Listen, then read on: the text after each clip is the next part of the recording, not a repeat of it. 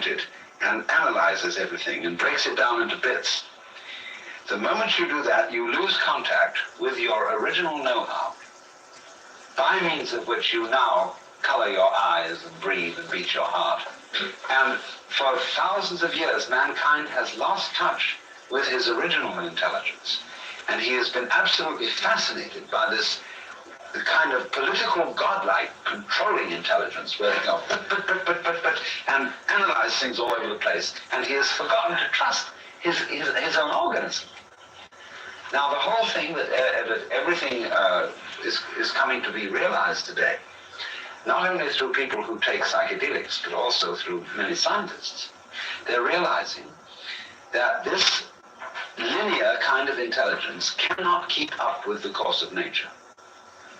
It can only solve trivial problems when the big problems happen too fast to be thought about in that way. And so those of us who are in some way or other, through psychedelics, through meditation, through what have you, are getting back to being able to trust our original intelligence, are suggesting an entirely new course for the development of civilization. Well, it happened that civilization developed with the emergence of specialization in labor. Yes. And the emergence of a class structure. A class structure can't survive or can't put across its principle and expect people to accept it if they believe in themselves.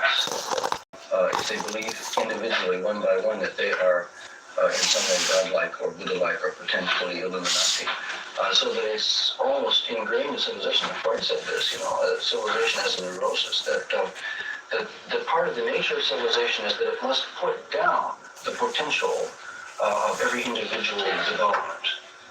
And this is the difference between that kind of society which we call civilized and that much more ancient kind of society which is still viable and still survives, which we call primitive, in which everybody is potentially a chief, and which everybody, like the Comanche or the Sioux, everybody in the whole culture was expected to go out and have a vision at one time in his life. In other words, to lead the society, to have some transcendental experience, to have a song and a totem come to him, which he need tell no one ever, and then come back and live with this double knowledge in society. In other words, through him having had his own isolation, his own loneliness, and his own vision, he knows that the game rules of society are fundamentally an illusion. And in a society, the society not only permits that, the society is built on that, right. Now that it has a society which has been out of it. That society is strong and viable, which recognizes its own provisionality. And no one who ever came in contact with the Plains Indians didn't think they were men. Didn't think what? Right. They were men. Yeah. Every record of American Indians, from the cavalry, the pioneers, the missionaries, the Spaniards, says every one of these people was men. In fact, I was reading something just the other day talking about the Yurok Indians, an early settler up there, an early explorer up there, coming on their fantastic self-confidence. Said every Indian has this fantastic self-confidence. And they laugh at me, he said. They laugh at me and they say, "Aren't you sorry you're not an Indian?" Poor wretched Indians.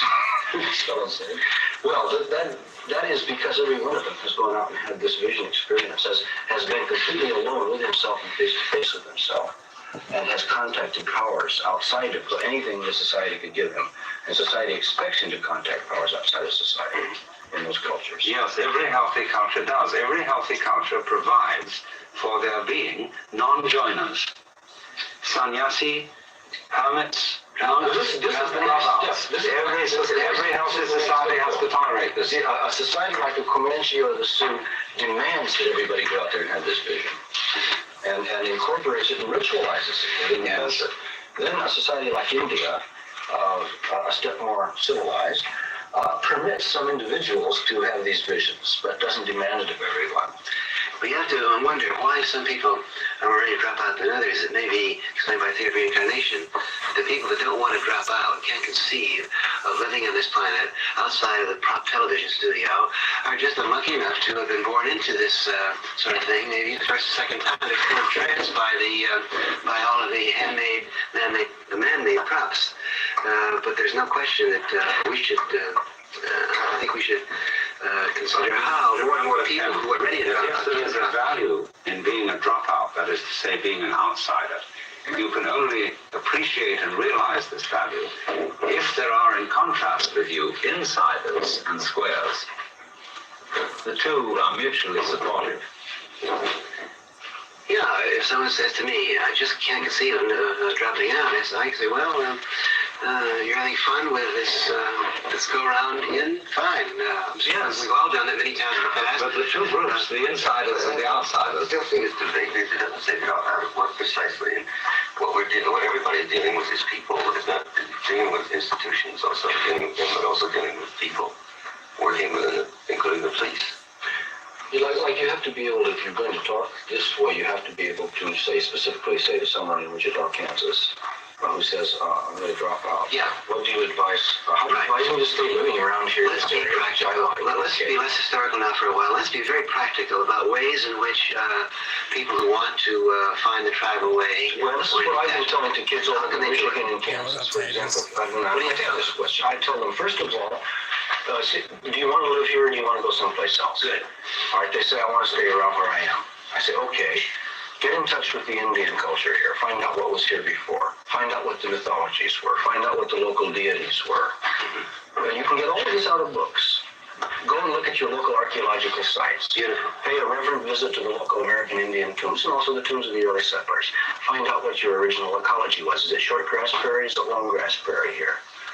Go out and live on the land for a while. Set up a tent and camp out and watch the clouds and watch the water and watch the land and get a sense of what the climate is here. Because since you've been living in a house all your life, you probably don't know what the climate is. Then decide how you want to make your living here. Do you want to be a farmer or do you want to be a hired food gatherer? You know, you start from the ground up. And you can do it in any part of this country today.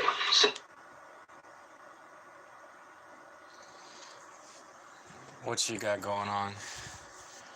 He was talking about, did y'all hear that? He said the Sioux Indians and the Apache. He was talking about the Sioux Indians have high self-esteem because they already went out in nature and did a ritual. I guess like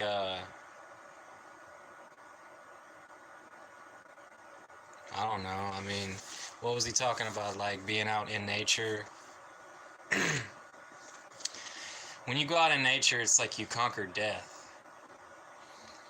But I'm thinking that they're talking about some ritual might got something to do with psychedelics because you heard Alan Watts mention psychedelics, which probably means they're doing cactus peyote, like the cactus peyote. There's natural psychedelic mushrooms that grow in the wild, but those are tricky. I wonder if psychedelics are tricky. Well, like what I'm saying is there's good mushrooms, then there's bad mushrooms. You don't want to eat the bad mushrooms, but I'm wondering if it's the same thing with cactus. Like there's good cactus, like the psychedelic cactus. I hope there's not like bad cactus, like poisonous cactus. But yeah, definitely, with Paul Stamets, like the mushroom guy, he's a mycologist. He definitely promotes psilocybin, which comes from magic mushrooms. I'm not sure if the Native Americans did magic mushrooms, but I think they did because I know the Mexicans were doing it. Mexicans were doing magic mushrooms like, they wouldn't do it a lot. It would just be like, like maybe on the weekend or something. And it would be at night. And it definitely helps you feel better about yourself as long as you don't do too much of it. You can like have a little trip. But I guess it's something about nature. It's better to do it out in nature. I don't know. Like, well, yeah, you're going to be in your backyard. It's basically the same thing as hanging out in your backyard dancing. Like Tavis Black is talking about dancing. Ritualistic dancing in your backyard. Not everybody has to dance at the same time, you know, if somebody feels like dancing. But it is weird how some cultures do have dancing ritual traditions.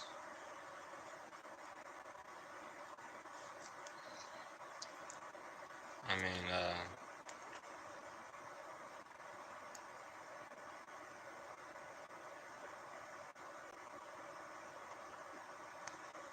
These alone. This comment, I take it back to the Indians. Yeah, I agree with you completely. Find out what the Indians were up to in your own area, whether it's Utah or Kansas. That is a strong cellular revelation of genius, Gary. That's one of the wisest things I've heard anyone say in years. That's exactly how it should be done. I do see the need for transitions, though, and you say that there will be city people as well as country people and non-people. I would suggest that for the next year or 2 or 3, which are going to be nervous, transitional, mutational years, where things are going to happen very fast, by the way, that the transition could be facilitated if every city set up little meditation rooms and little shrine rooms where the people in transition dropping out can meet, meditate together. It is already happening at the psychedelic shops. It's happening in New York.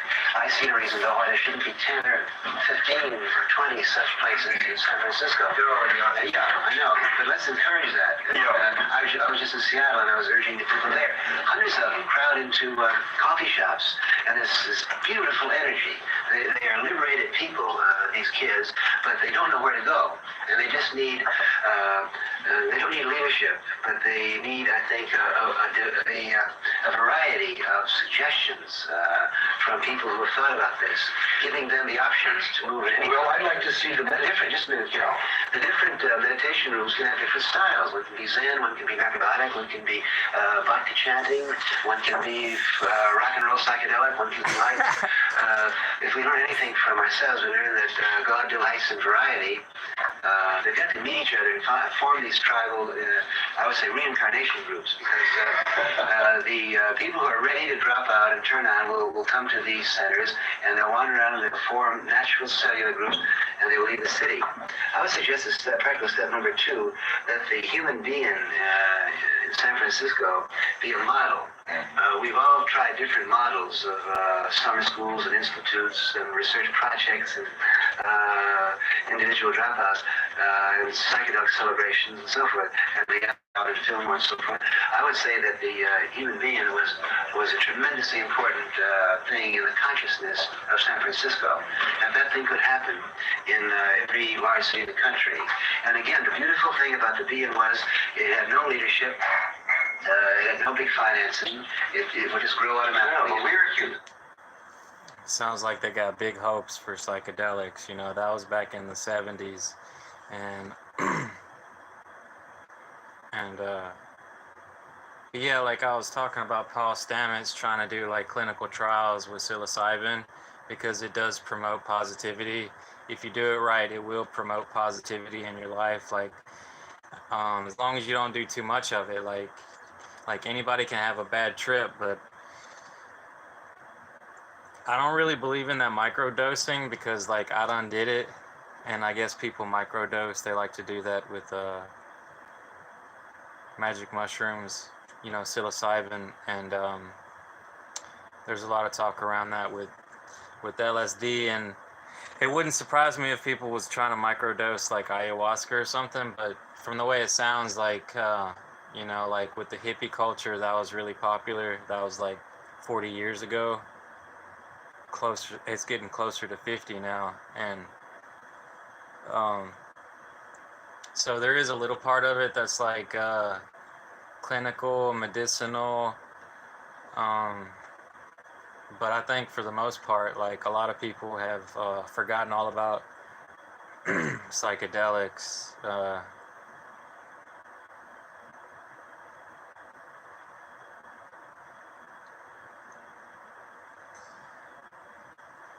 Maybe because it's synthetics. There's more synthetics that are not psychedelic, but there is actual psychedelic synthetics. Like LSD.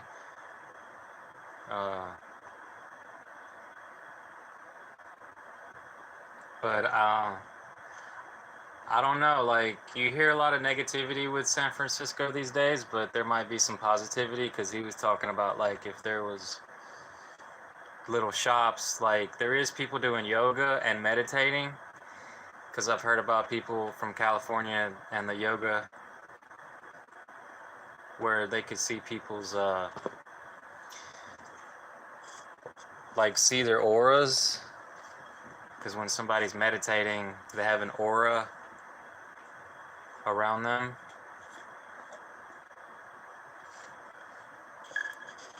I'm not sure what color the aura is, but from what I heard, like if somebody's meditating, there's an aura. I don't know, if I was to guess, it would be like purple and orange or something. It could be purple and orange.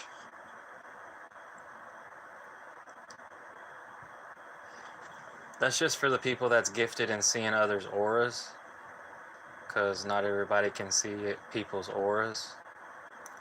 Like if you're in a loving mood, I guess it'll be a certain color.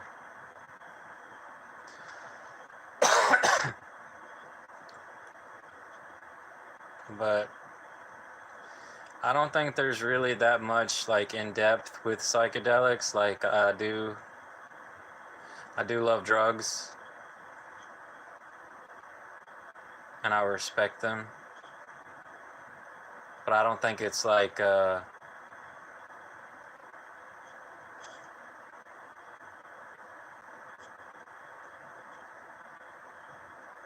don't think it's like all knowing or all consuming, but I think it's just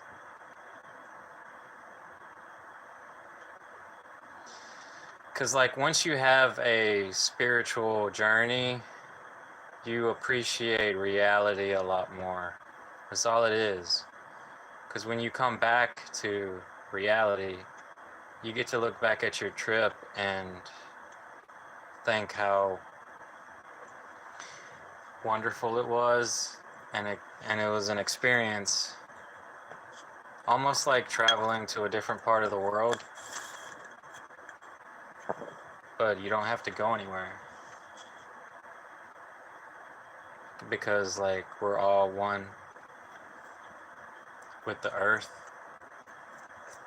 That's the only way we're all one, is with the earth. Being literature. We're taught to, what are we doing up on that platform? That's a charge that doesn't bother me at all. There were 50 people up on that platform, and every one of them was a leader. So were the people in the audience. The reason was, and nobody came out and said, we are the leaders. No, but it's because that's bullshit. No, it can't be leaders, but I remember sitting up there. They can say, every time they say you're a leader, you point the sniper. Oh, now I'm not sure. Yeah. You see? But I do that anyway. I know, but the press has a leadership complex. Yeah, they keep calling Gary my disciple. Oh, they want to find ringleaders. I'm going with God's word.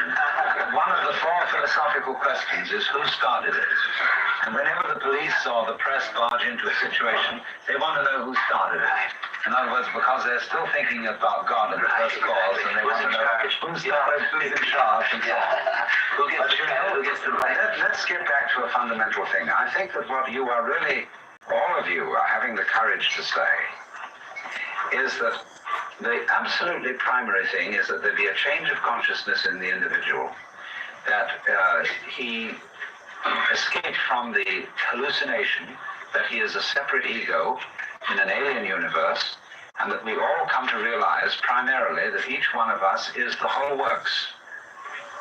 That each one of us is what is real and has been real for always and always and always and will ever be.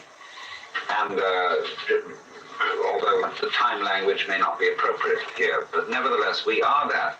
And to the extent that it can be spread around, that's what you and I are. Seek you first the kingdom of God, and all these things shall be added to you. Right. Isn't that what you're saying? I mean, isn't that absolutely basic?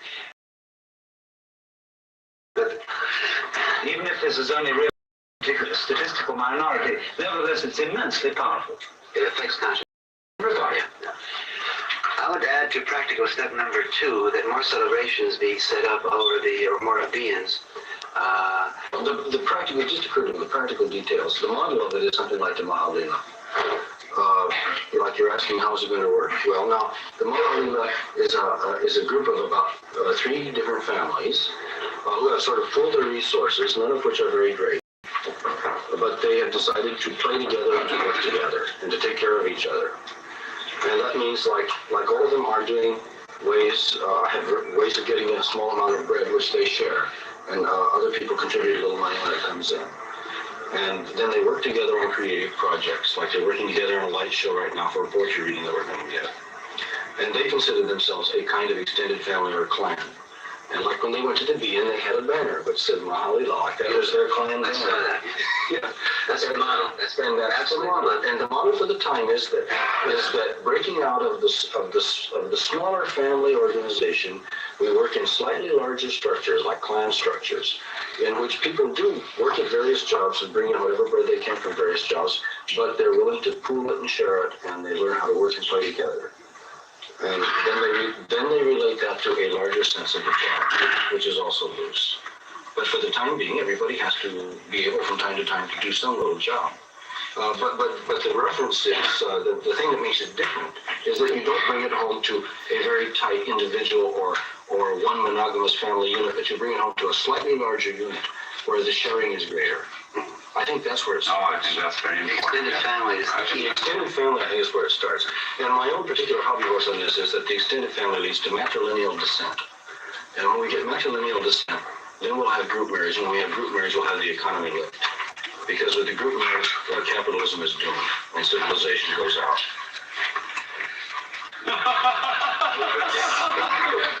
Practical step number 3. Which I like to see. Come on, Tim. Is You really have to be. Practical step number 3.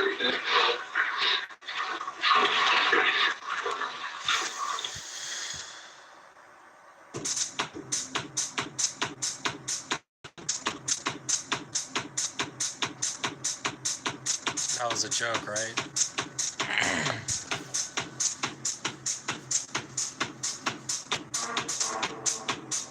So you're gonna make a clan and then you're gonna have like a money pool?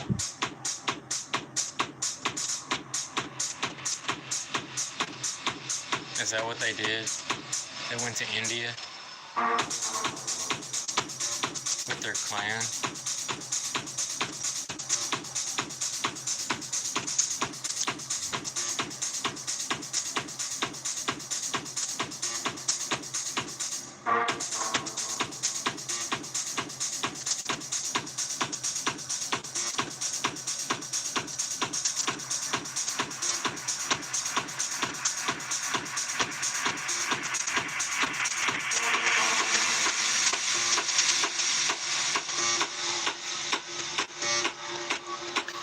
Damn, look at that mohawk, baby.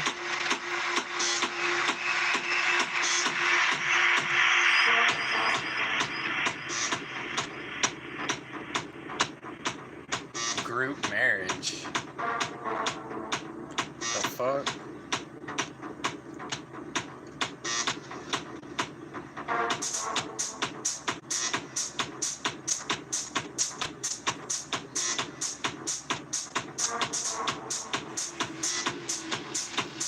Everyone wants a threesome, so go ahead, be my guest.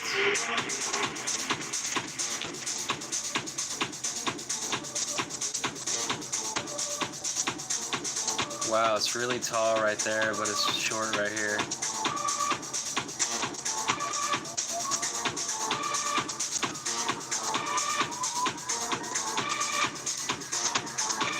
Hell yeah, baby!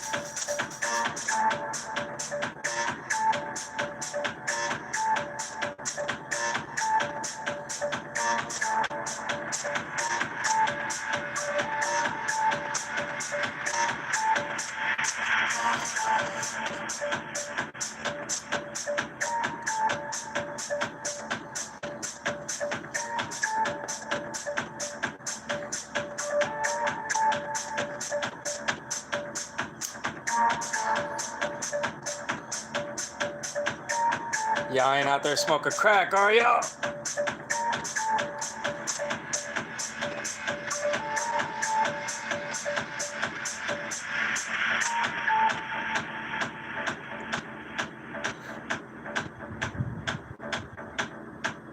I only seen a dude one time. I only read one comment one time. Somebody was on ecstasy.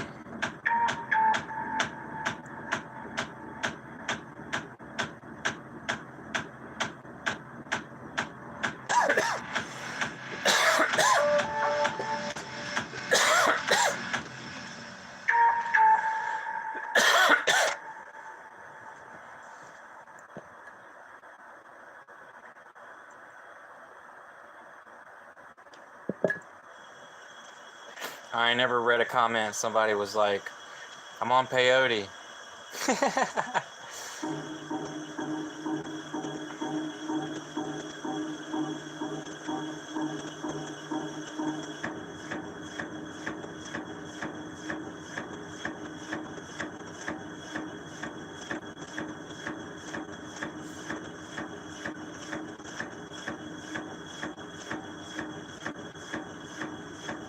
Wow.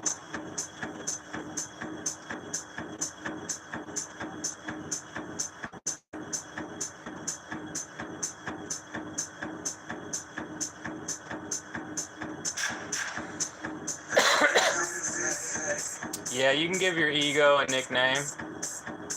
That's how people handle it. That's how you handle yourself. If you give your ego a nickname, and when it starts bothering you, you tell them to fuck off.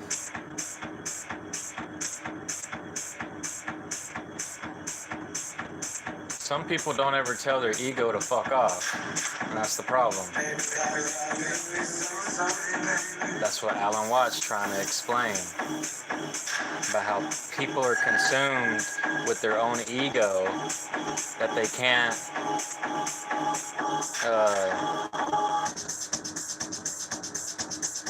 separate themselves from their own ego.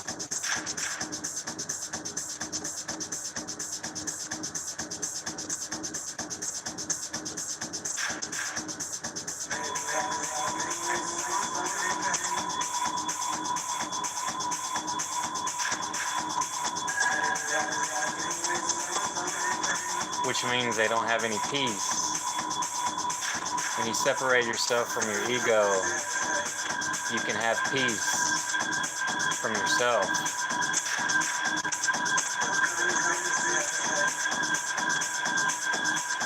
Because sometimes people's ego don't let them relax. That's why they're so annoying to be around.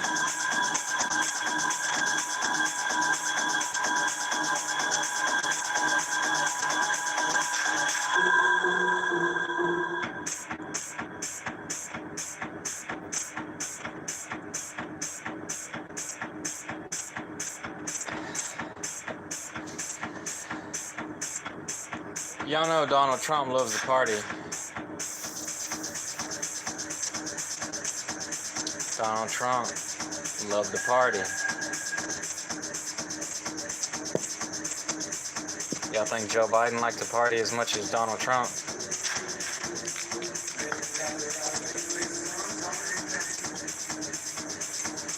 I'd say hell yeah.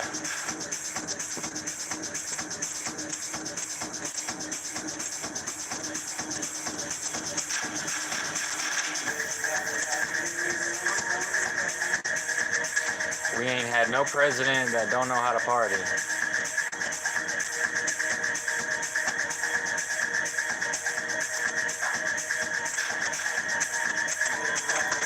All presidents know how to party.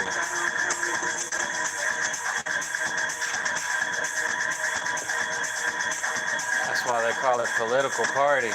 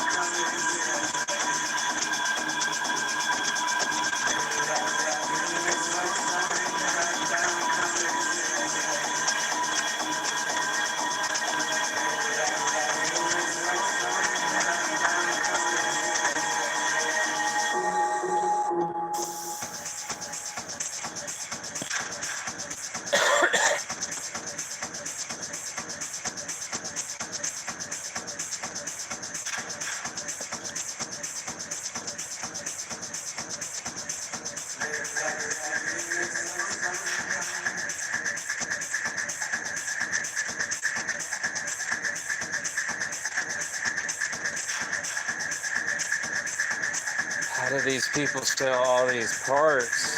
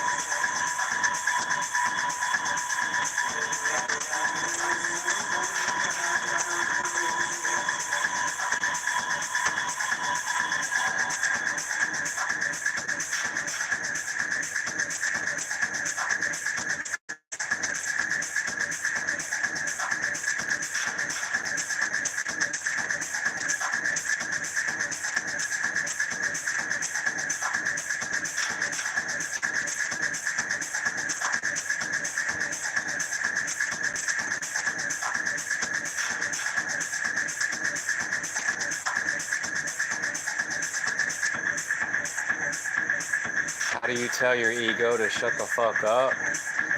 You give your ego a nickname and you tell them to shut the fuck up.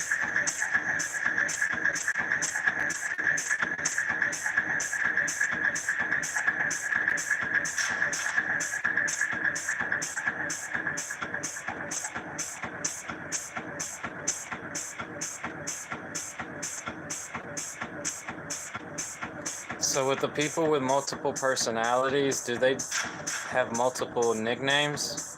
They have to have multiple nicknames. Yeah.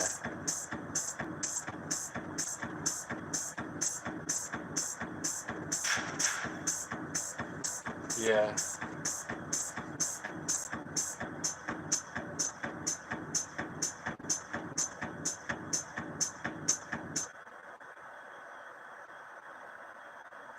How do they have good self-esteem? I want to have good self-esteem.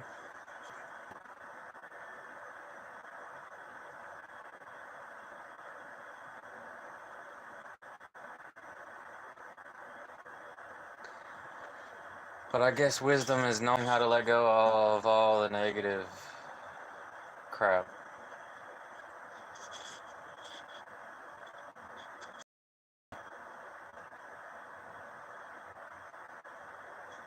And hold all the positive up on a pedestal.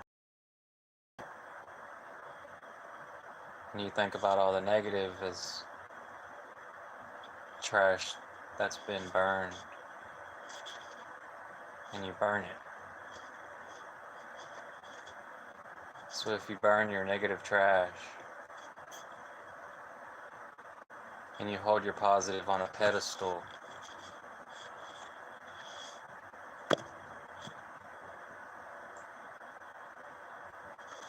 it helps.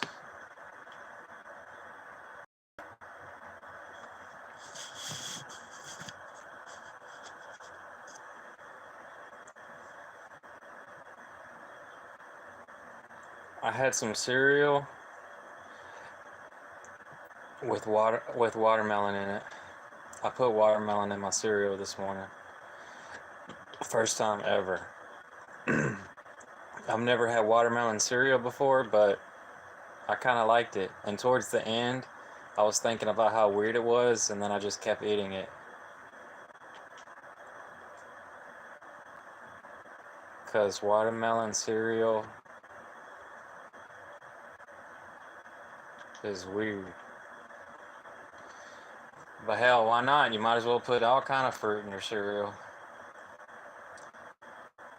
The way they say, the grain is not very healthy. No grain, no pain, huh? Well, this hemp is giving me a cough.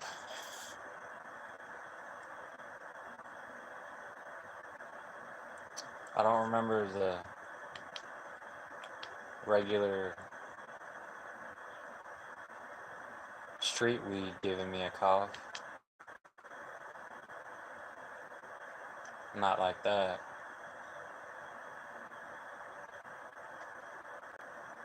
And I'm sure I smoked a lot of it.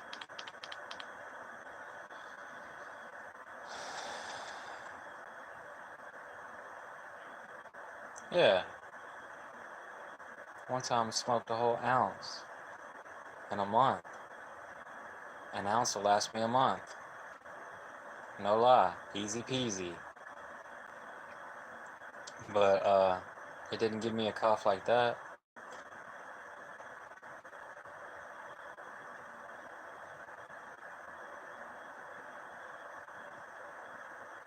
This stuff started giving me a cough after a little over a half.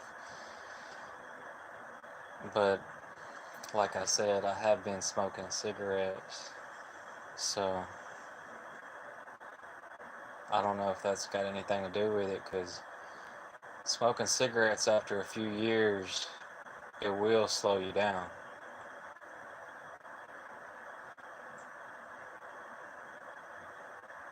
Because I can't just blame everything on hemp, on the weed, you know?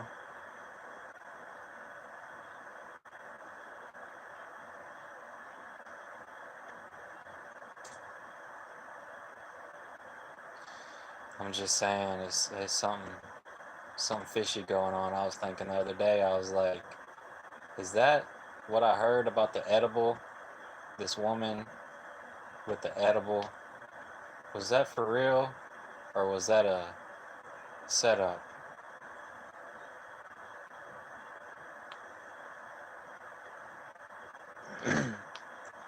Is some people like allergic or something?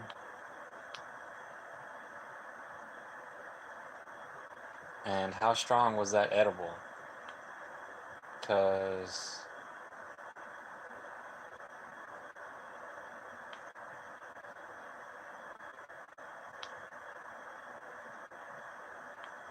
they never explained on the video what was in that edible. She just took the story like it was truth. You can't always do that. You can't always accept a story for truth. You have to question everything.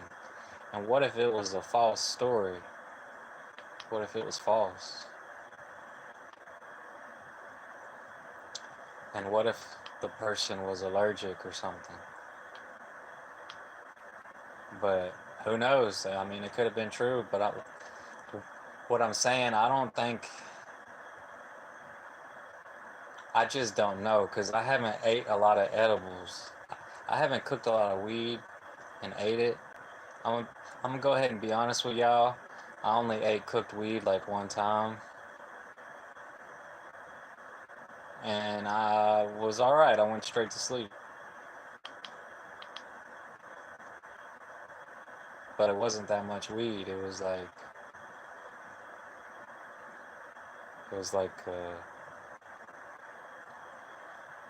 2 grams or something, you know?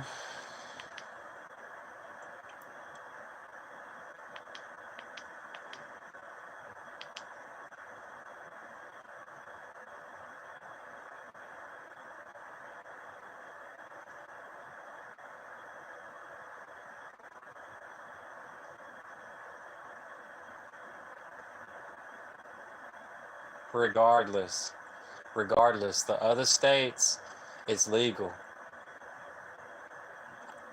It just sounds kind of fishy. I'm conspiring of a conspiration. I just made that up. Is that a real word?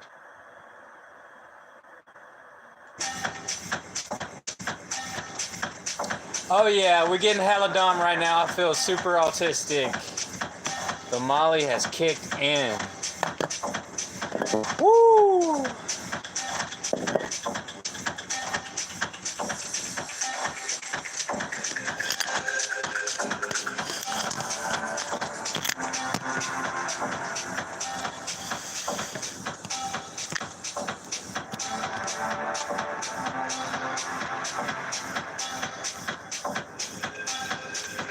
Y'all know ecstasy make you a little retarded, right? It make you a little retarded, but you're a little retarded in a good way.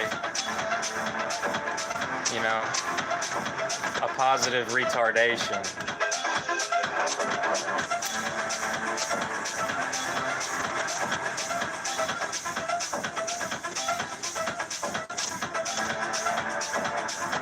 That's what helps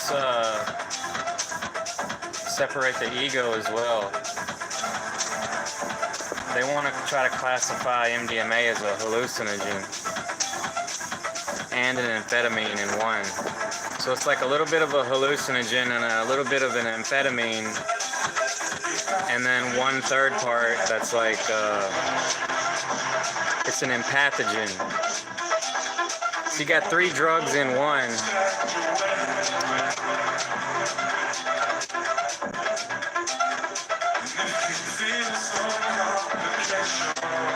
Yeah, it's like 3 drugs in one. But it's hard to explain. Like,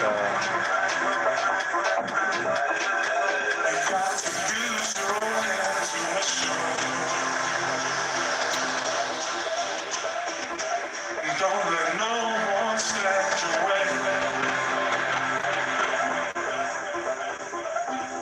And if you feel some complication, just remember, love will guide you.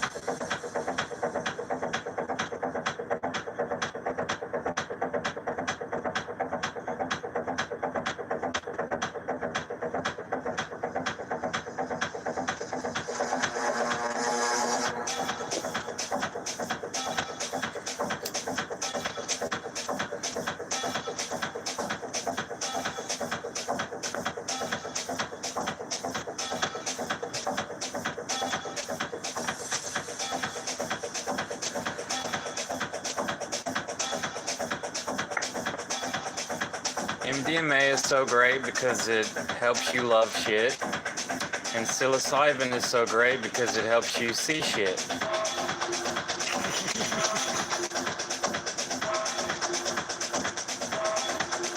And then you hear shit.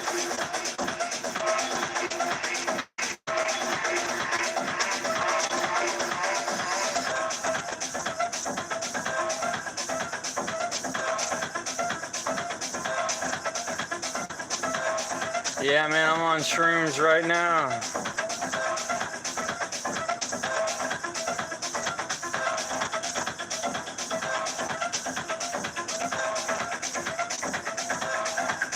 Everyone knows how to grow them.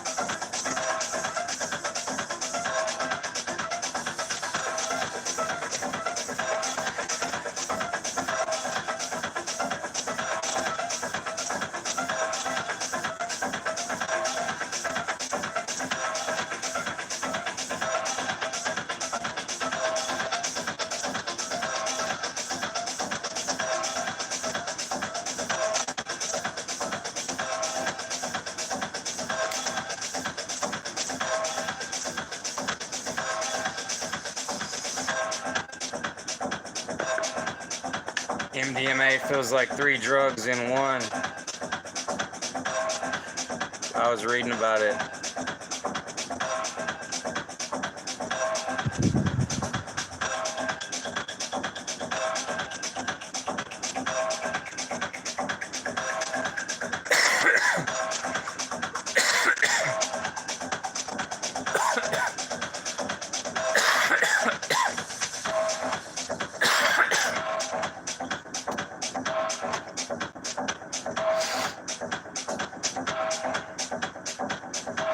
You know the part where you're drinking alcohol and you start to feel good?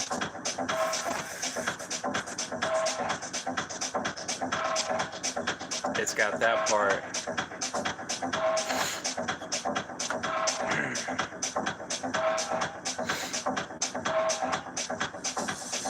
I can't explain it because I forgot how to describe it, but I was reading about it.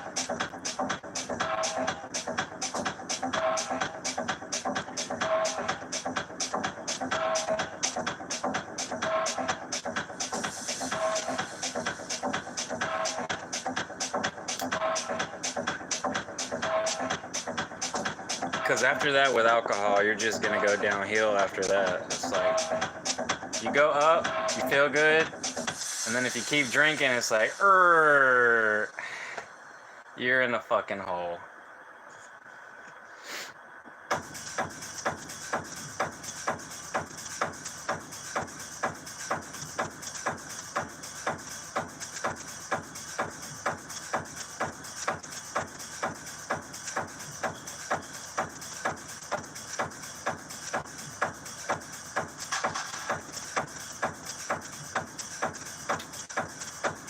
Yeah.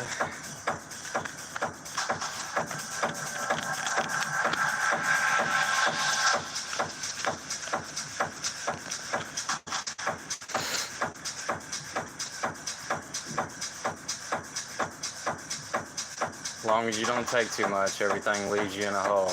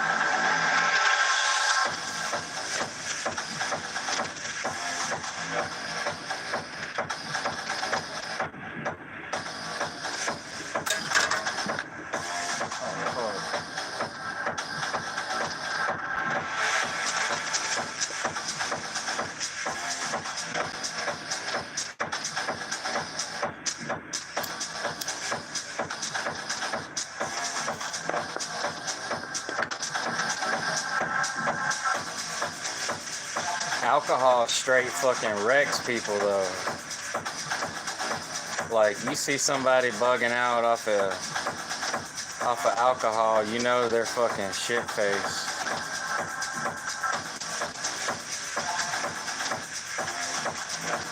It's the same thing with MDMA, you know, with ecstasy. If somebody takes too much of that, they're bug-eyed and they don't look good.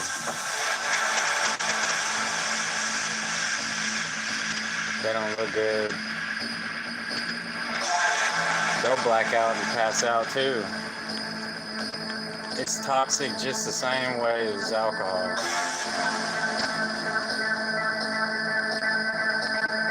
But in a different way.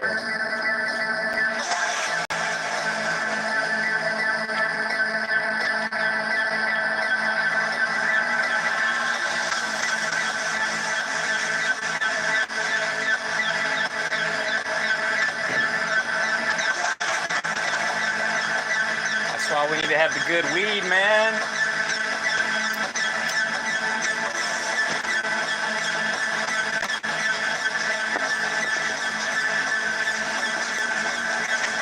about the euphoria. Yeah, there's a little bit of euphoria when people drink like a beer. You get a little boost of euphoria. You know, when somebody's drunk, they're feeling the euphoria, but if they get too drunk, like they're not feeling nothing, they're just gonna black out.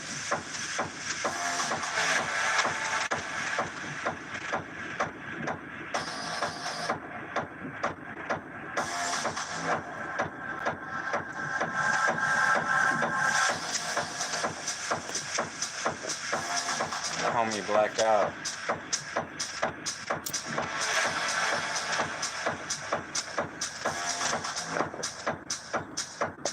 Ain't nobody gonna do no stupid shit on ecstasy, like MDMA, like somebody is when they're drunk. 9 times out of 10, they're just gonna be chilling. They'll be okay. They'll be relaxed. They ain't gonna do no crazy shit like drunk people. Drunk people be doing some crazy shit.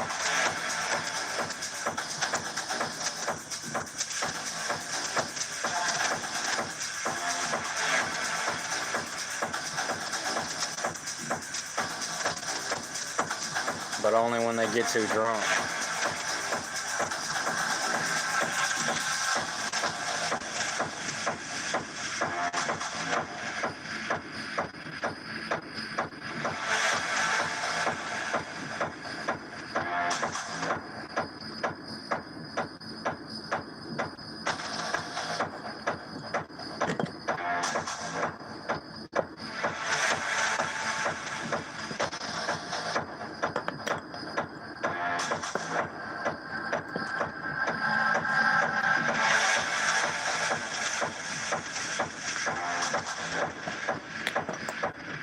I think that's what happened with Alan Watts. He got too drunk.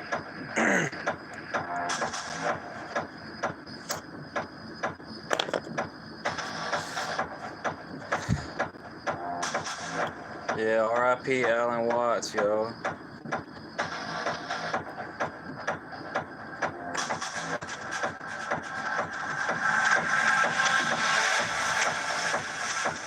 I'm sad now. Damn.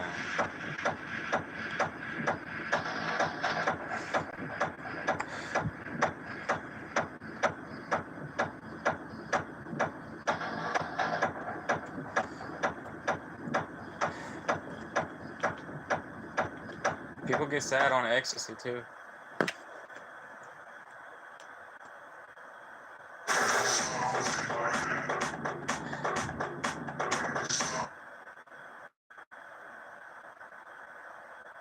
That's why it's medicine, because it helps people release.